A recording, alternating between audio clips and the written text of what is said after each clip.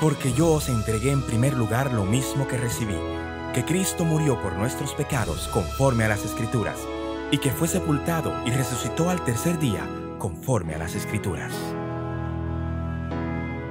El siguiente es un programa especial de la Iglesia Bautista Osama, Ibo, conmemorando la crucifixión, muerte y resurrección de nuestro Señor Jesucristo.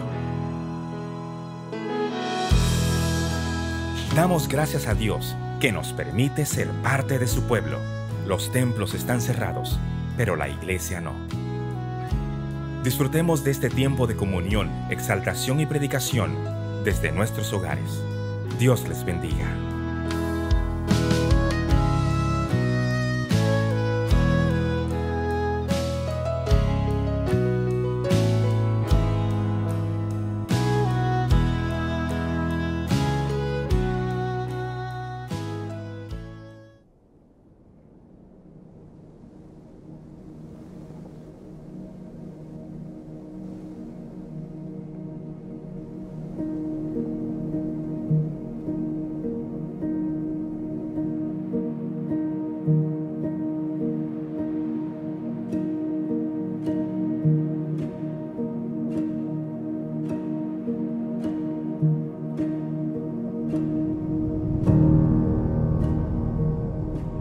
La muerte le arrebató momentos, moviéndose inquietamente hasta sus huesos, tejiendo brotes de desolación y besando su piel que se extinguía.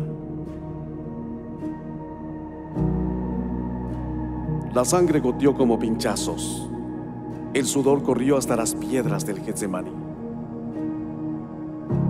Allí en el jardín, el veneno se deslizó por las quijadas de la muerte.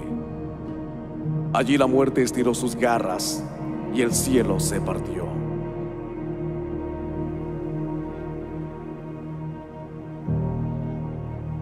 Fue la muerte que se paró frente a él, silbando con las grietas de aquel látigo. La serpiente deslizó su lengua por su espalda.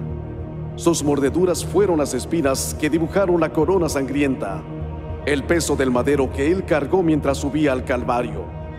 La muerte lo golpeaba en cada paso, golpeaba su pecho como el último aliento.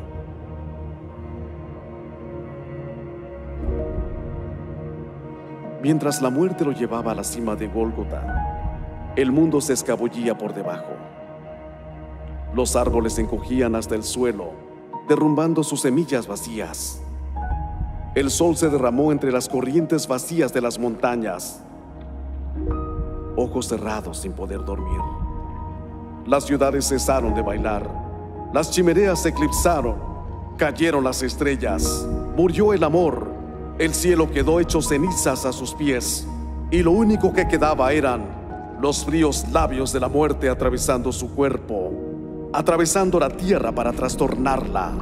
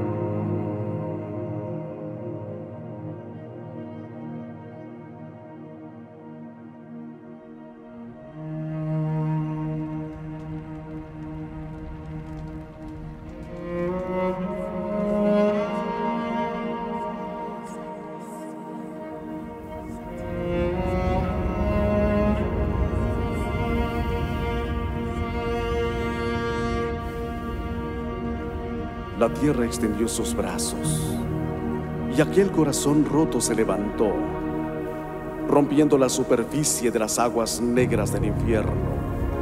Una tormenta oleaba en sus ojos. La cabeza se inundó con los suspiros de liberado. El rocío brillaba en su piel como cadenas quebrantadas. La muerte jadeaba en aquella tumba destrozada. La muerte derrumbada se sostenía con una mano, con la otra se extendía hacia el deslumbrante mundo resucitado. Sus heridas mancharon el ocaso con sangre, y cada palabra era como un mensaje con alas, un sonar de trompetas partiendo los cielos. Yo estuve frente a frente con la muerte. Yo he descendido hasta las profundidades de las cavernas. He reescrito cada palabra hablada. Lo he declarado. Yo soy la resurrección. Yo soy el aliento. Ven, toma ese aliento de mí para que vivas.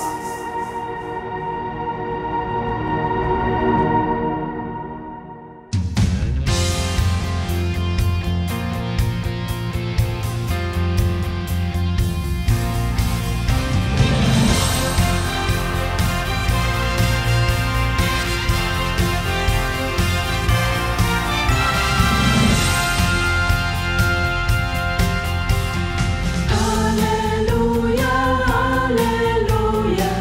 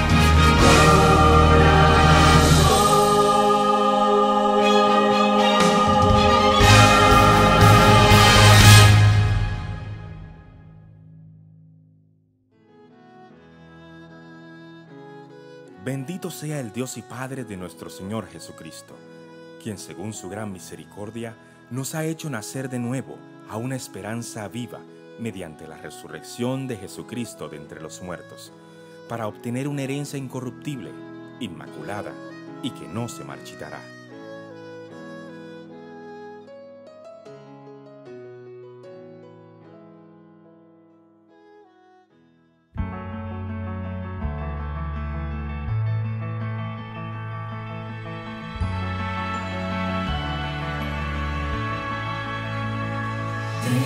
Cristo Jesús, que murió y resucitó. Creo que soy vencedor por la sangre que vertió. Amén, amén. Vivo estoy porque resucitó. Amén, amén. Me uniré a ese canto eternal de libertad.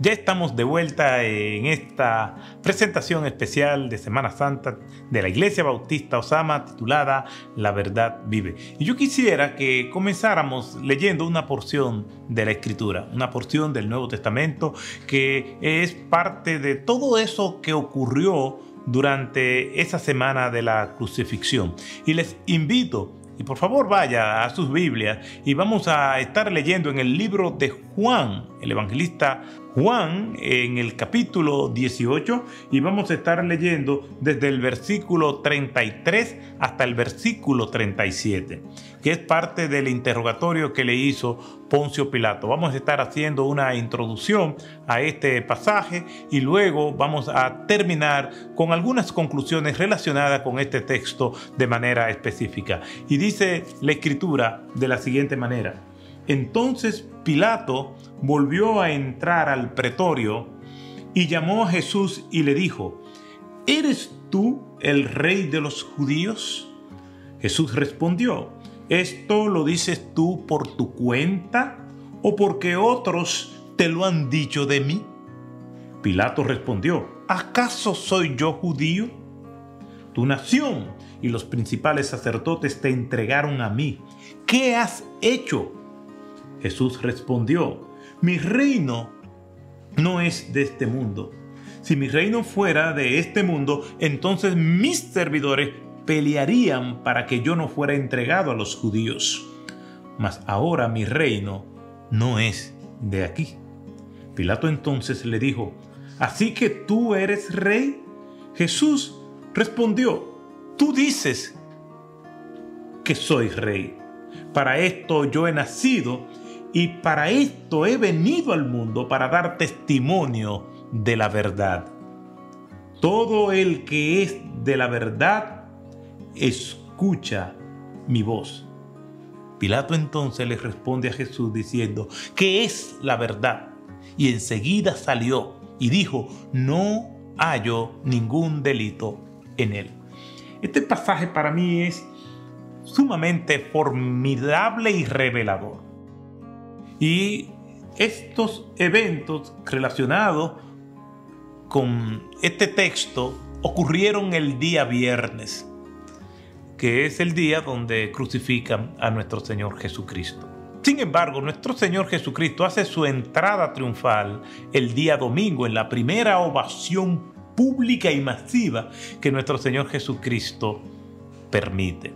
Anterior a eso, Jesús había hecho muchas cosas extraordinarias y normalmente le decía a aquellas personas que se beneficiaban de él que no le dijeran nada a nadie.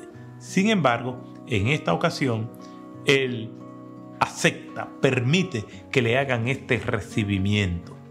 Y cuando nosotros vemos el Nuevo Testamento, hay toda una agenda sugerida de lo que sucedió durante esa semana. Es decir, desde el domingo, que conocemos como Domingo de Ramos, según la tradición, y el domingo de la resurrección de nuestro Señor Jesucristo. Entonces, el domingo es la entrada triunfal a la ciudad de Jerusalén, según la evidencia que nosotros vemos en Mateo 21 del 1 al 11, y Marcos 11 del 1 al 11 y Lucas 19 del 29 al 44.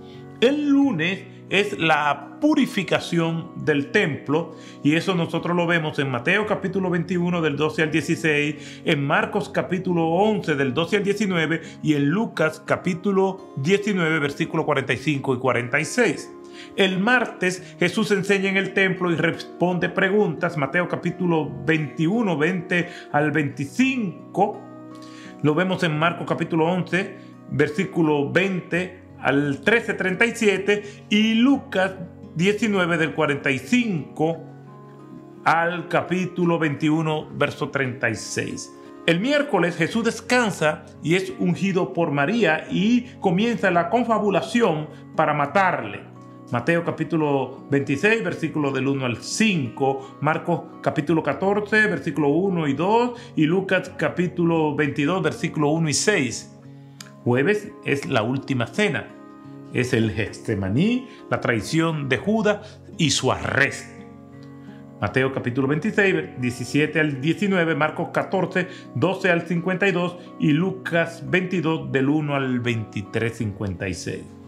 El viernes es el juicio de nuestro Señor Jesucristo y lo que se conoce como el flagelium. Jesús va a las distintas instancias judiciales donde es llevado y es entonces después hallado culpable, lo crucifican y es su sepultura. Mateo capítulo 26, versos 20 al 27, 61, Marcos 14, del 53 al 15, 47 y Lucas 22, 54 al 23, 55. El sábado Jesús está en la tumba y es un silencio. Y para mí, de todos estos días, el más difícil fue el sábado. El sábado no hay novedades. Jesús reposa en la tumba. El viernes por lo menos lo veían y humanamente hablando pues todavía albergaban la esperanza de que Jesús hiciera algo para evitar su muerte. Vemos que anterior a ese evento de la crucifixión, Pedro, como nosotros lo vemos en Mateo capítulo 16, los versículos 13 al 20, declara: tú eres el Cristo, el Hijo del Dios viviente. Jesús manda que no le dijeran nada a nadie, pero un ratito después Pedro le está diciendo al Señor que no vaya a la cruz.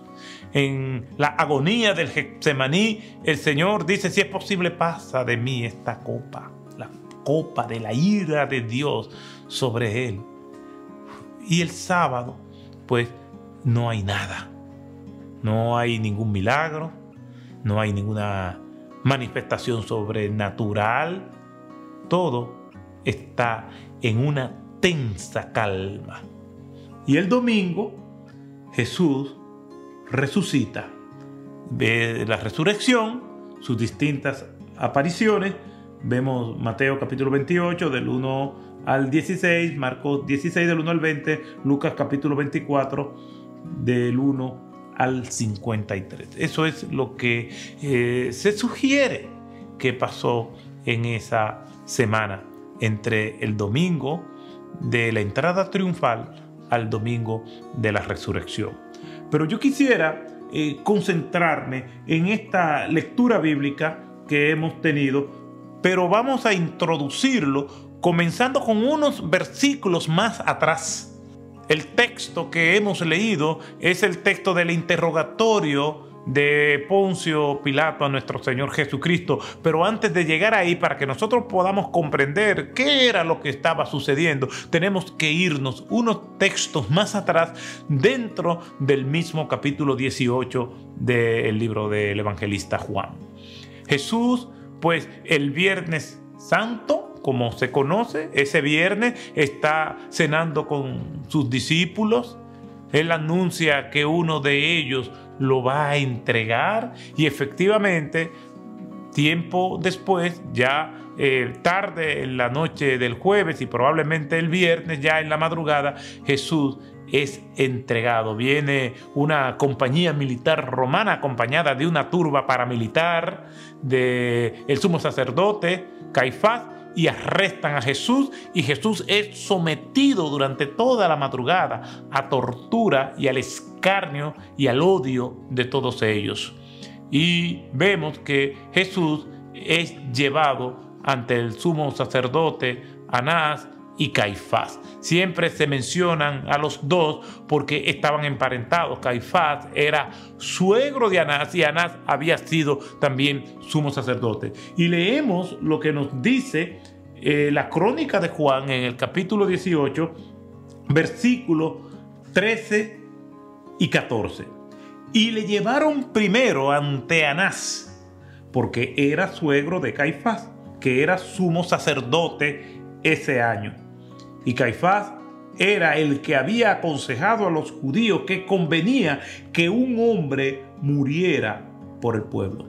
Según esta crónica, a donde primero llevaron a nuestro Señor Jesucristo fue ante el malévolo e influyente Anás, que era el suegro de Caifás. Según la crónica de los evangelistas, Anás había sido ya sumo sacerdote, pero ese año Caifás, su suegro, era el sumo sacerdote. Pero era Anás todavía un hombre muy influyente, por eso llevan a nuestro Señor Jesucristo primero donde él. Después que Anás lo interroga, entonces fue llevado delante de Caifás atado. Miren lo que dice el versículo 24. Anás entonces le envió atado a Caifás, el sumo sacerdote. Quiere decir que durante ese tiempo de la madrugada, Anás recibe a nuestro Señor Jesucristo. Dice la Escritura que es escupido, torturado, le jalaban las barbas y así ya herido, maltratado, no puede dormir. En nuestro Señor Jesucristo es llevado ya atado ante Caifás, que también comienza a interrogarle. Le llevaron para que compareciera delante de Caifás y probablemente frente al Sanedrín. El Sanedrín era la corte suprema de los judíos y estaba compuesta por nobles, por ancianos, por escribas, por fariseos, por saduceos, y tenía un total de 70 miembros, con el sumo sacerdote, que en este caso era Caifás, quien precedía esa corte suprema, y allí llevan a nuestro Señor Jesucristo. No encontramos evidencia, pero casi seguro que probablemente allí estaba Nicodemo, probablemente estaba Gamaliel, quién sabe, probablemente José de Arimatea, que eran de los hombres piadosos, pero que pertenecían a esa cúpula del oficialismo religioso judío. Y dice en la Escritura, en Mateo capítulo 26, versículo 57, que los que prendieron a Jesús le llevaron ante el sumo sacerdote Caifás. Entonces esto es después que Anás lo interroga. Entonces lo llevan ante el sumo sacerdote Caifás, donde estaban reunidos los escribas y los ancianos. Es decir, la evidencia nos dice que probablemente el Sanedrín estaba sesionando en ese momento, en una sesión extraordinaria, para apresurar el juicio contra nuestro Señor Jesucristo. ¿Por qué? Porque el viernes a las 6 de la tarde comenzaba el día de reposo y tenían que hacerlo rápido antes de que entrara el día de reposo. Todo esto ocurrió en la madrugada del viernes, pero era todo una trama, y las posibilidades de que se le hiciera justicia contra aquellos hombres que estaban conspirando desde hace tiempo contra nuestro Señor Jesucristo.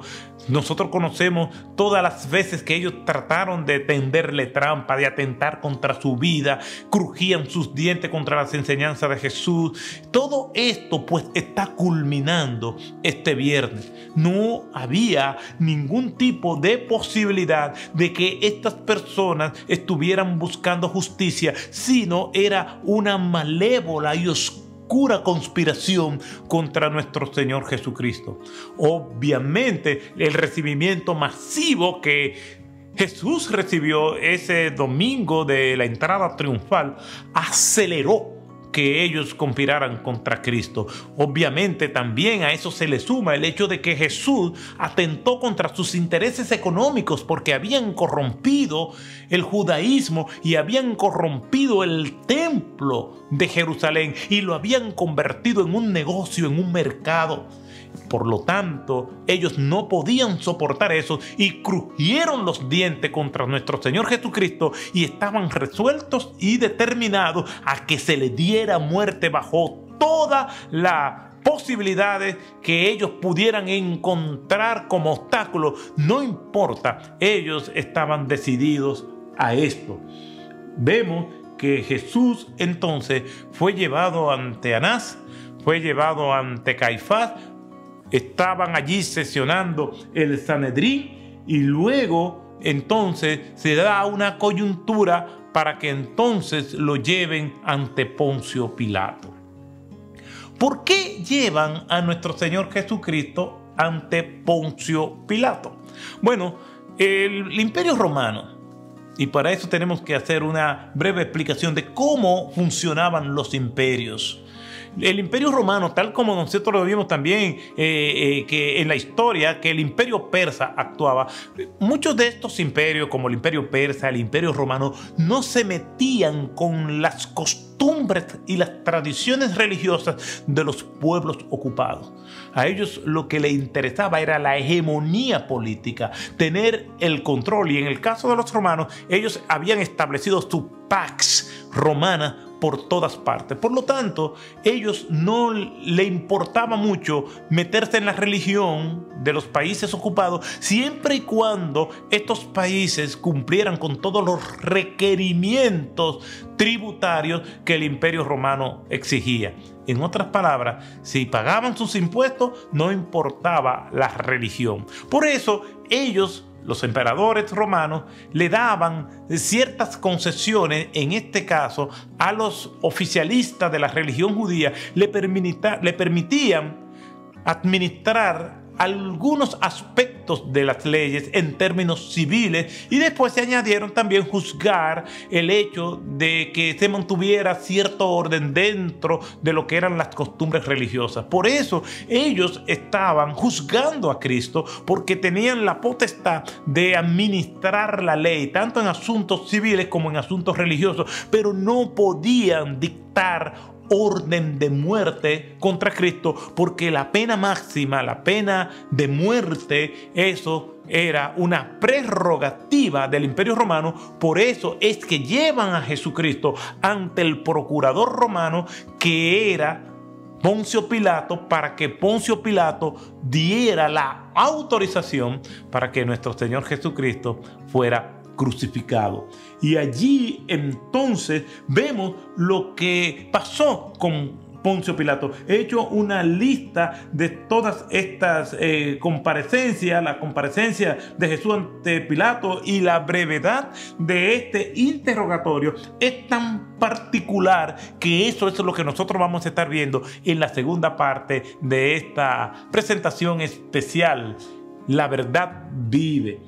Y lo cierto es que, por lo que hemos visto hasta ahora, Jesucristo durante toda la madrugada del viernes ha sido torturado, ha sido escupido, le han jalado la barba, lo han golpeado, lo han humillado y lo trataron como la peor escoria que ellos, los oficialistas de la religión judía, podían tener. Uno de los detalles más notable es que, a pesar de toda esta insistencia del oficialismo religioso judío, Pilato, y ya lo vamos a ver, mantiene su postura de que Jesucristo no es digno de muerte, de que él no haya ningún delito en nuestro Señor Jesucristo, que Jesucristo es inocente. Él dijo literalmente: no hallo ningún delito en este hombre.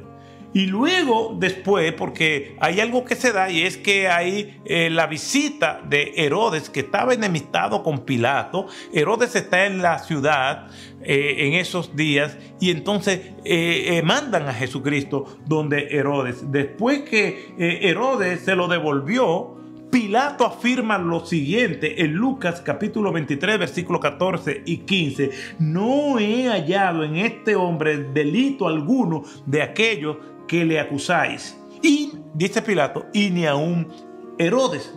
Entonces Lucas capítulo 23, pero en el versículo 22, entonces cuando la muchedumbre reclamaba que lo crucificara, Pilato otra vez responde diciendo: ningún delito digno de muerte he hallado en él. En la versión de Mateo, en el capítulo 27, versículo 19, dice que la esposa de Pilato provocó una situación un poco tensa, porque ella le dice a su marido: no tengas nada que ver con este justo, porque he sido atormentada esta noche en sueños. En la superstición romana no querían pues ella que Pilato se viera envuelto en esto de nuestro Señor Jesucristo, y de acusarlo como un vil criminal y que lo crucificaran.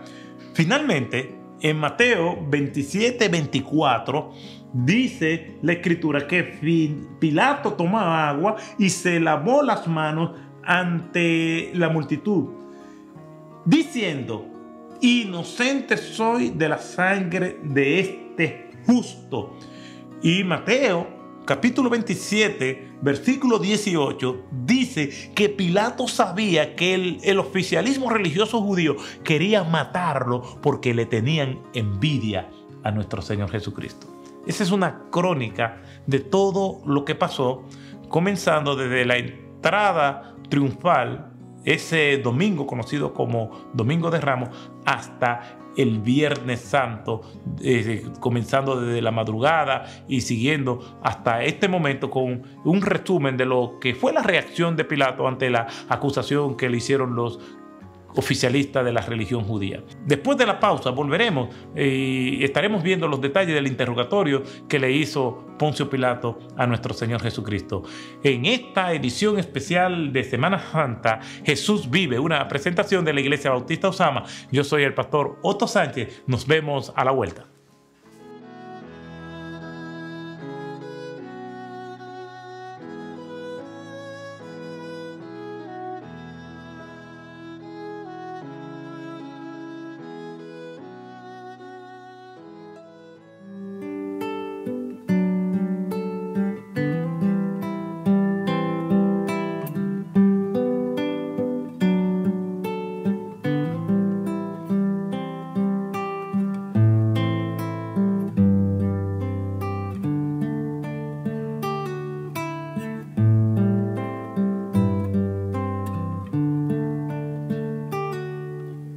La gente que vive en el barrio no le conoce.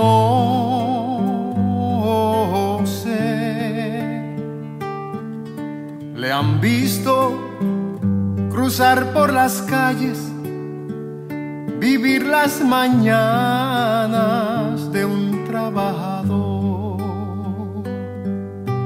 Nadie sabe quién es, ni de dónde salió. La gente que vive en el barrio no le conoce.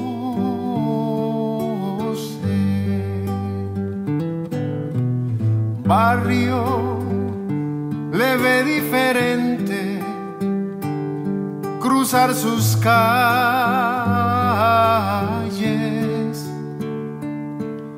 Le han visto cortar la madera, hacer una silla o un gesto de amor. Le han visto trabajar, alguien le vio llorar. La gente que vive en el barrio no le conoce.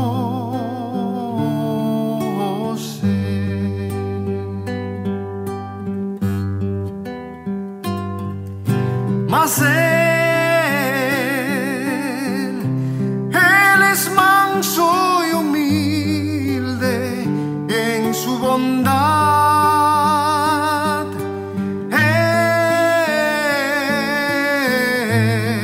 Es un hombre de paz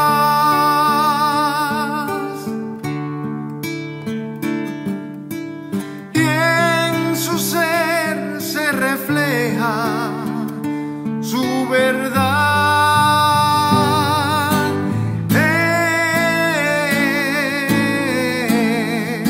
Él es la libertad.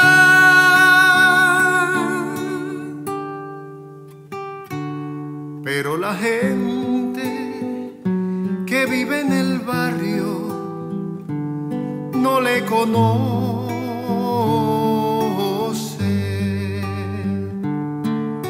La gente que vive en el barrio no le conoce.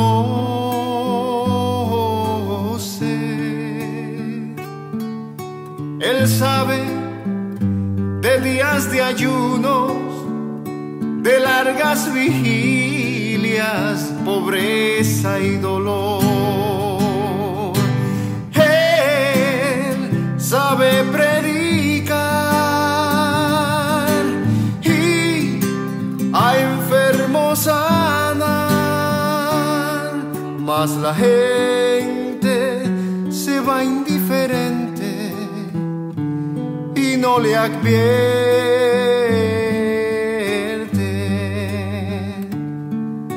La gente que vive en el barrio ya no le ha visto pasar.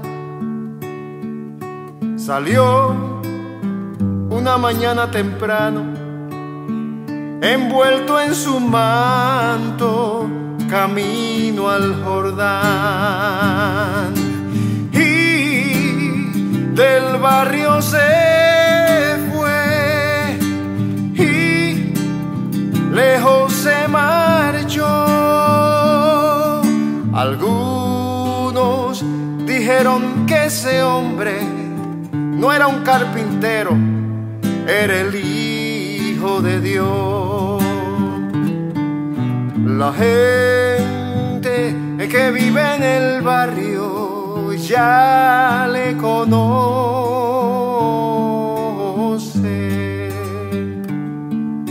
La gente que vive en el barrio ya le conoce.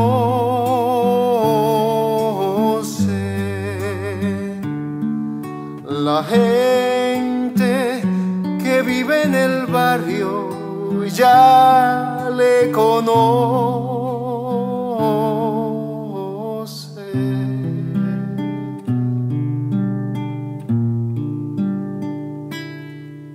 Es Jesús.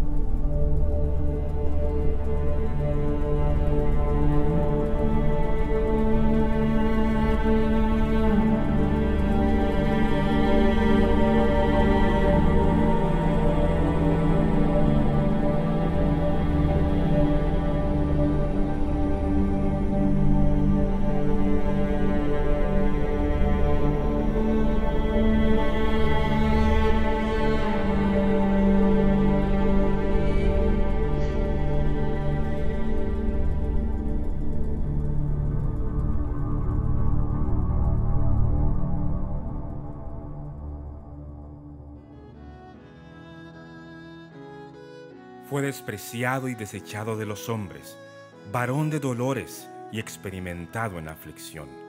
Y como uno de quien los hombres esconden el rostro, fue despreciado y no le estimamos. Mas él herido fue por nuestras transgresiones, molido por nuestras iniquidades. El castigo por nuestra paz cayó sobre él, y por sus heridas hemos sido sanados. Fue oprimido y afligido, pero no abrió su boca. Como cordero que es llevado al matadero, y como oveja que ante sus trasquiladores permanece muda, no abrió él su boca.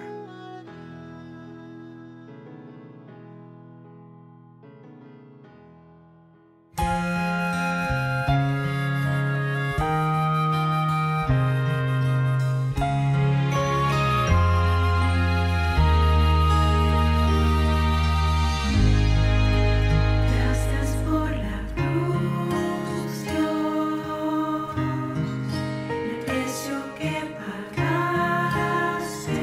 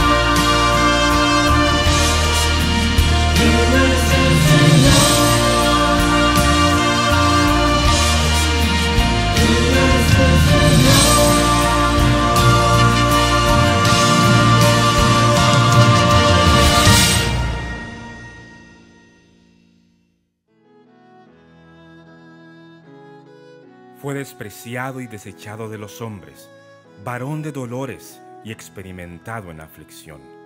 Y como uno de quien los hombres esconden el rostro, fue despreciado y no le estimamos.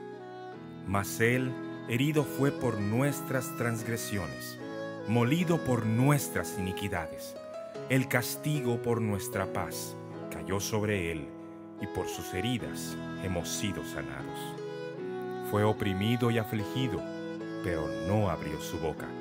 Como cordero que es llevado al matadero, y como oveja que ante sus trasquiladores permanece muda, no abrió él su boca.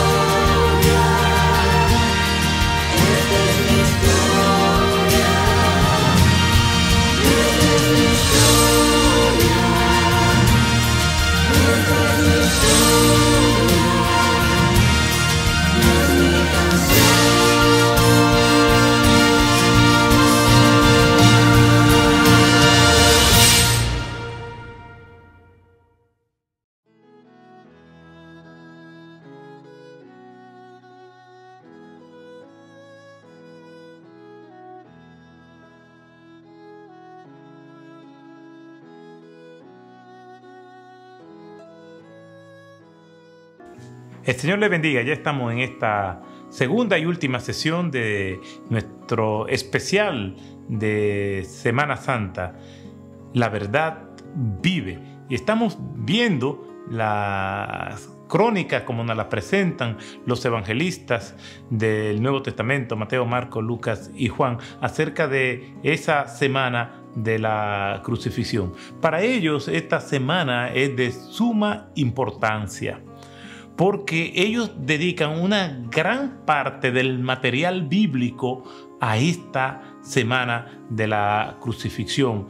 El domingo de la entrada triunfal a Jerusalén y el domingo de resurrección. Entre los cuatro evangelistas o los cuatro evangelios tenemos un total de 89 capítulos y ellos dedican un 34% de su material a esa semana, lo que quiere decir que el mensaje que quieren comunicarnos es que esa semana sella la misión por la cual Cristo vino a este mundo. Fíjense que de los cuatro evangelistas solamente dos relatan del nacimiento, Mateo y Lucas, pero los cuatro relatan de esa última semana. Y específicamente estamos viendo el interrogatorio de Poncio Pilato a nuestro Señor Jesucristo.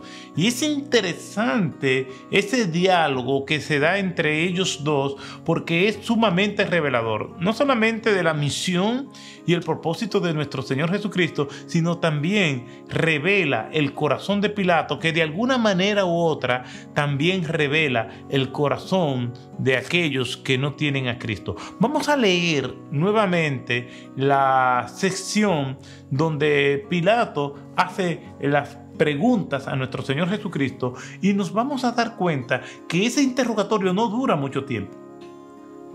Nos vamos a dar cuenta y vamos a confirmar que no es un interrogatorio exhaustivo, profundo, que lleva varios días o meses. Como vemos que hay muchos procesos judiciales que pueden tomarse hasta años y apelaciones en distintas instancias hasta que un juez o una corte emite un fallo. No. Cuando nosotros analizamos a la luz de la historia el perfil de Poncio Pilato no era un tonto. Poncio Pilato era todo un procurador romano. Aparte de eso, era un astuto militar y una persona con el tacto para ser enviado a la revoltosa ciudad de Jerusalén. ¿Por qué? Porque la llama revolucionaria en los territorios ocupados de la provincia romana de Judea comenzaban precisamente en Jerusalén y necesitaban a alguien con el perfil de Pilato que pudiera doblegar esta ciudad. Los historiadores enseñan que Pilato no se llevaba bien con los judíos, que los repulsaba. Según los estudios de Berkeley, nos enseña que Poncio Pilato provocaba incluso confrontaciones con los judíos. Hacía pasar los estandartes del César por las inmediaciones del templo de Jerusalén, lo que provocaba la furia del oficialismo religioso judío, y ante la protesta de ellos, entonces Pilato mandaba sus tropas a reprimirlos. Por dos ocasiones, Pilato fue denunciado por sus atrocidades y excesos ante la corte romana. Y por eso ahora, en estos momentos, Pilato estaba en una posición de vulnerabilidad. ¿Por qué? Porque los oficialistas de la religión judía comenzaron a chantajear a Pilato que si él no crucificaba a Cristo, entonces no era amigo del César. Ese es el contexto de cómo estos religiosos judíos se valieron del chantaje, de la mentira, de testigos falsos, de falsas acusaciones, para que Jesús fuera al fin y al cabo dado como malhechor a sus verdugos y que Poncio Pilato diera el permiso para su ejecución.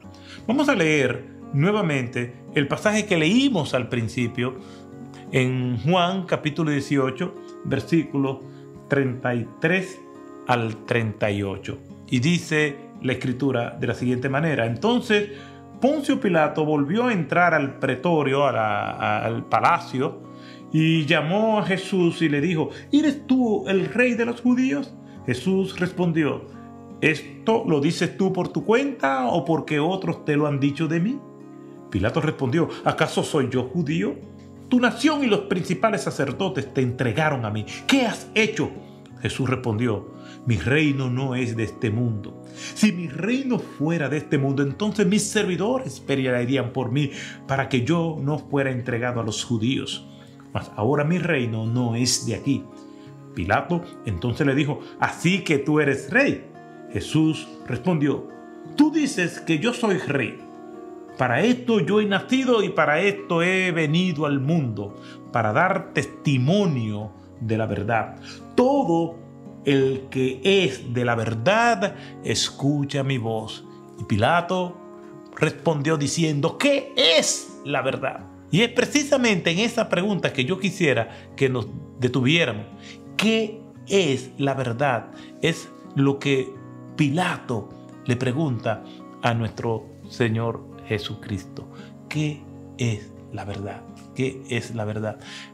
A propósito de esa pregunta, de qué es la verdad, pregunta que atormenta a tantas personas. En un mundo plagado de mentiras nos llega una noticia y yo he recibido informaciones, noticias, vídeos, clips y todo tipo de mensajes relacionados con información. Y siempre le pregunto a quienes me envían eso, ¿cómo tú sabes que eso es verdad? Hay mentiras, desinformación, manipulación de los medios. Los medios obedecen a intereses particulares. Los reporteros obedecen a las directrices de esos medios. O sea, ¿qué es la verdad? ¿Quién me está diciendo la verdad? Era como el viejo Diógenes con una linterna, ya enloquecido, caminando por las calles de Atenas, buscando a un hombre honesto que le dijera la verdad. Y quiero citar este párrafo de Malcolm Muggeridge en su libro Una crónica de un tiempo desperdiciado. Y para mí es muy revelador y muy confrontativo. Mire lo que dice. La verdad es muy hermosa. Más aún, creo yo que la justicia tan buscada hoy en día, pues fácilmente se pone un rostro falso.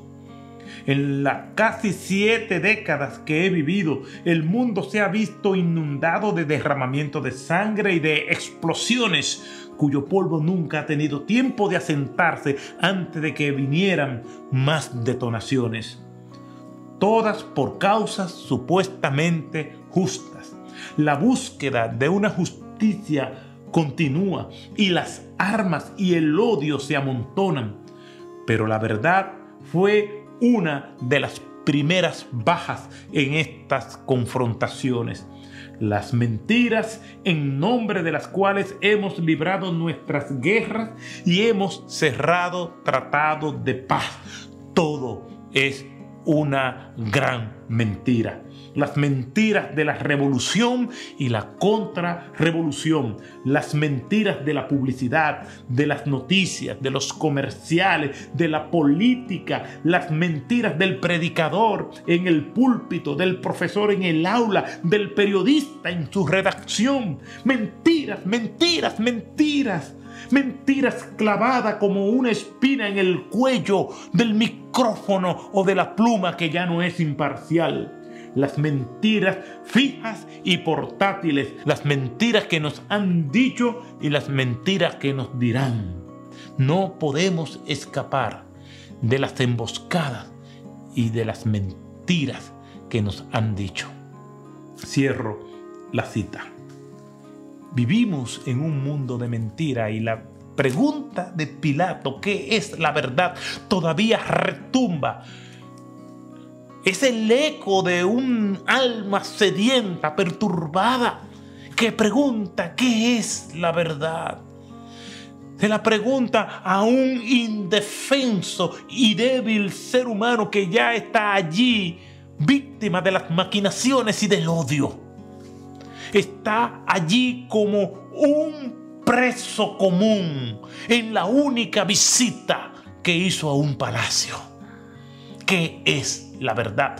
La profunda pregunta de Pilato que salió de un alma confundida, que lo ha visto todo y que haciendo una catarsis momentánea, de manera inconsciente, su corazón lo traiciona y le pregunta al reo, ¿qué es la verdad?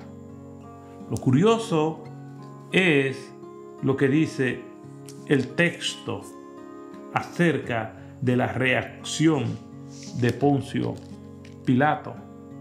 Le hace la pregunta más trascendente que ser humano puede hacer. Su pregunta fue sabia, pues hemos dicho que no era un tonto, hemos dicho que era un zorro, era un tipo astuto, preparado, un militar de larga data, un procurador de alta gama. Hace una pregunta correcta: ¿qué es la verdad? Pero dice el texto, tristemente y desafortunadamente para Pilato, que cuando hubo dicho esto, salió. Hizo una pregunta correcta, pero no se detuvo a escuchar la respuesta. ¿Qué relación hay entre la pregunta de Pilato y la reacción que tiene de no quedarse a escuchar al único que podía darle la respuesta? ¿Qué pasó por la mente de Pilato? Permítame hacer un poco de especulación. Permítame hacer algunas inferencias del contexto en el que Pilato vivía. Y conociendo la historia universal y el contexto de lo que es el Imperio Romano, yo puedo decir que por lo menos Pilato tenía 3 versiones de la verdad. Conocía la verdad según los romanos, tenían su propia versión de la verdad según los griegos y según los religiosos judíos. Por lo menos 3 versiones de la verdad. ¿Y qué nosotros podemos decir de cada una de estas versiones? Bueno, la verdad para el Imperio Romano, que no fue un imperio notorio por los filósofos, los emperadores romanos, pues no se conocían por ser hombres muy profundos en filosofía. Hay personas que se destacan en el campo del saber, en el campo de la política, del derecho. Por ejemplo, podemos mencionar a Cicerón, un gran tribuno y un gran estadista romano. Cicerón le decía a Demóstenes, que fue un gran orador de la antigüedad, a pesar de que era tartamudo, de origen griego, pues Cicerón, en su obsesión de ser el perfecto orador, le decía al ya fallecido Demóstenes: tú me impediste a mí ser el primero y yo a ti el único. Podemos mencionar a Suetonio, que fue un gran historiador, a Tácito, podemos mencionar a Séneca, que fue consejero personal de los primeros años de Nerón. Había hombres muy letrados, pero Roma se distinguió más por su jurisprudencia. De hecho, el derecho romano es la base de la jurisprudencia de muchos derechos y de mucha jurisprudencia alrededor del mundo hasta el día de hoy. Todavía es objeto de estudio muy avanzado el derecho romano. También los romanos fueron grandes constructores. Y los romanos también se destacaron por su poderío político-militar, expansionista, uno de los imperios más devastadores y intensos que ha dado la historia de la humanidad. Para los romanos lo más importante era el poder, la hegemonía, la supremacía, el control, el materialismo. Era una sociedad sumamente corrompida, corrupta, dada al hedodismo y a los excesos, porque todo lo que le daba gratificación a sus sentidos, ellos le daban apertura. Para los romanos, el materialismo era lo más importante, su supremacía, el control, su poder militar. ¿Recuerdan el refrán que dice todos los caminos conducen a Roma? Roma fue una gran constructora de carreteras por todas partes, pero realmente lo que quiere decir es que desde Roma se llega a cualquier lugar, no solamente para el intercambio comercial, sino también para ocupar cualquier territorio que pudiera rebelarse contra Roma. Roma era tenaz. De hecho, la ciudad de Jerusalén fue arrasada por Roma en el año 70, cuando las tropas del general Tito Flavio la invadieron y quemaron el templo de Jerusalén, para que se cumpliera la profecía de nuestro Señor Jesucristo de que ahí no quedarían piedra sobre piedra. Para Roma lo más importante era el materialismo. Poncio Pilato conocía muy bien, él era todo un jerarca romano, una personalidad romana. Y esa versión de la verdad no satisfacía a Pilato, porque si lo hubiera satisfecho, ¿cómo puede preguntar Pilato qué es la verdad si él ya la conocía según Roma, pero no le daba satisfacción a su alma? La otra versión de la verdad que Pilato conocía era la verdad según Grecia. Nosotros conocemos el gran aporte de Grecia a la humanidad con su filosofía.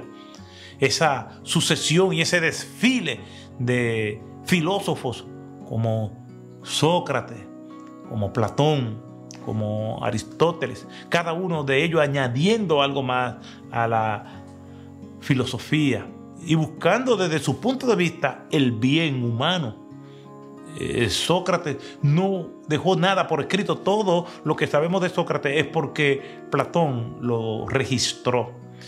Y a Platón pues le debemos el desarrollo de las ideas de Sócrates, de la búsqueda de un nuevo hombre.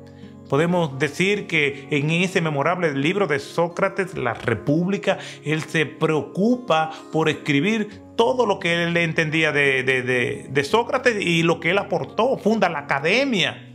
Después viene Aristóteles, que le agrega el componente científico a las ideas de Sócrates. Realmente Grecia fue grande por sus filósofos y también conocida por su contradictoria y compleja mitología religiosa. Esa verdad, según Grecia, también la conocía Poncio Pilato. ¿Por qué tendría él que preguntar qué es la verdad si conocía la verdad según Roma? No había necesidad. O si conocía la verdad según Grecia, ¿para qué tiene que preguntarle a un indefenso hombre, a un obrero, predicador itinerante, debilucho? ¿Qué es la verdad? La otra versión de la verdad que conocía Poncio Pilato era la verdad según los oficialistas del judaísmo. Una religión compleja y corrupta, porque así la habían convertido ellos. Esa fue una de las críticas más severas que Jesucristo le hizo a ellos. En el capítulo 23 del libro de Mateo hace una severa denuncia de cómo ellas eran de corrupto.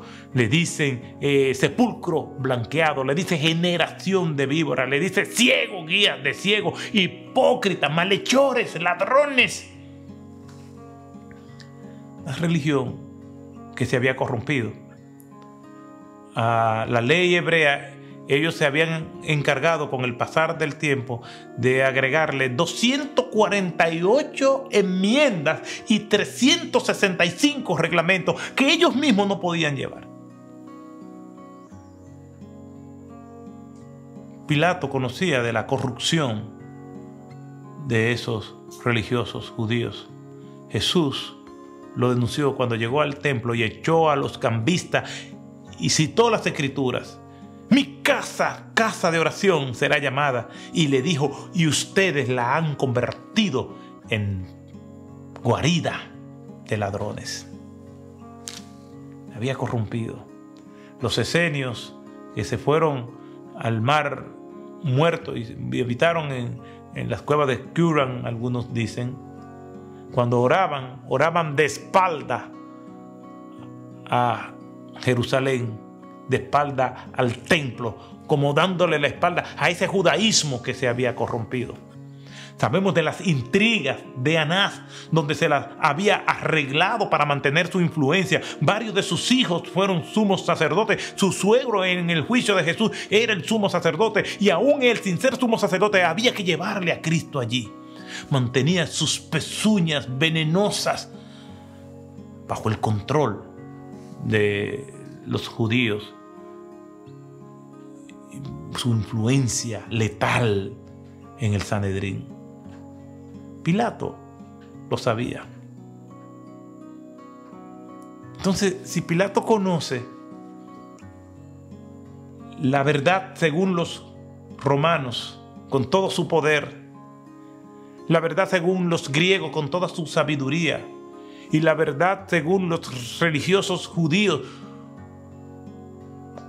y ellos no pudieron satisfacer su alma, ¿cómo pretendía Pilato entender que ese carpintero, obrero de la clase más baja, podía tener una respuesta para él? Por eso simplemente hizo una pregunta correcta, pero una reacción contradictoria. Nunca antes y probablemente después estuvo tan cerca de tener la respuesta correcta ante una pregunta tan profunda y compleja. ¿Qué es la verdad? Estuvo en las mismas puertas del cielo, y el cielo estaba atado, y el cielo estaba ensangrentado, y el cielo tenía una corona de espinas, y el cielo estaba allí encarnado en un humilde y débil ser humano que es Dios, hecho ese ser humano. Hay tantas personas que, al igual que Pilato, están tan cerca de conocer la respuesta correcta. La verdad es Jesucristo. Creer en la verdad no es simplemente conocer conceptos teóricos. Creer en la verdad es creer en una persona que dijo de sí mismo que es la verdad. La verdad vive. Cristo dijo de sí mismo: yo soy el camino, la verdad y la vida. Nadie puede tener una relación con Dios aparte de Jesucristo. Es el único camino para ir a Dios. Es la única verdad. Fuera de Cristo no hay camino. Fuera de Cristo no hay verdad. Fuera de Cristo no hay la vida. Pilato no podía comprender que allí estaba la respuesta de su vida. Imagino que Pilato decía: si Roma, con toda su grandeza, si Grecia, con toda su sabiduría, y Jerusalén, con toda su religión, no me ha dado la respuesta, ¿cómo me la va a dar tú, carpintero? Pero se equivocó. Y fue la equivocación más grande de su vida. Mis hermanos, mis amigos, esa verdad es Jesucristo. Finalmente, Pilato se lavó sus manos, fue llevado al Calvario, murió allí, pero nos dice la Escritura que resucitó al tercer día. Y ahí sella su victoria sobre la muerte, la victoria sobre el pecado. Y todo eso lo hizo Cristo para darnos salvación y vida eterna. Yo veo tantas personas preocupadas en sus propias cruzadas de justicia. Tantas personas sufriendo inclusive por hacer de sus vidas mejores y por hacer de este mundo mejor. Y está bien, lo aplaudimos, pero eso será infructuoso, porque el único que produce un cambio es Jesucristo. Pero eso será infructuoso porque los resultados serán temporales, porque el único que produce un cambio verdadero, profundo y permanente es nuestro Señor Jesucristo. Y para que esa verdad pueda ser una realidad en la vida de cada uno de nosotros, tenemos que venir a Cristo y decirle: Señor, tú no merecías morir en la cruz. Quien merecía morir en la cruz era yo. Por eso te pido que me perdones y me reciba como tu hijo.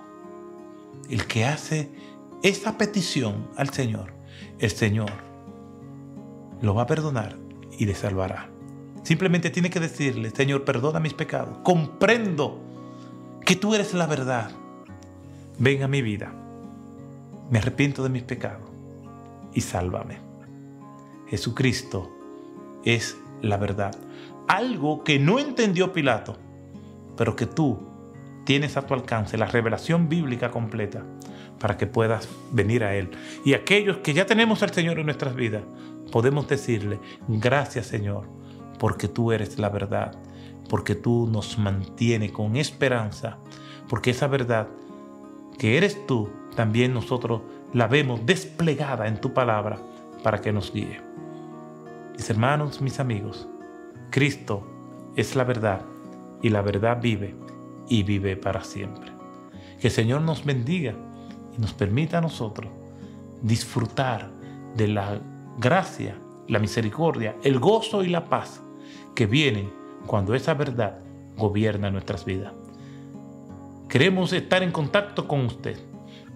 Si esta exposición ha sido de bendición, o si tiene alguna pregunta, o si usted quiere venir a los pies de Cristo, escríbanos o llámenos en los números que aparecen en pantalla. Nosotros estamos para servirle, nosotros estamos para orar por usted.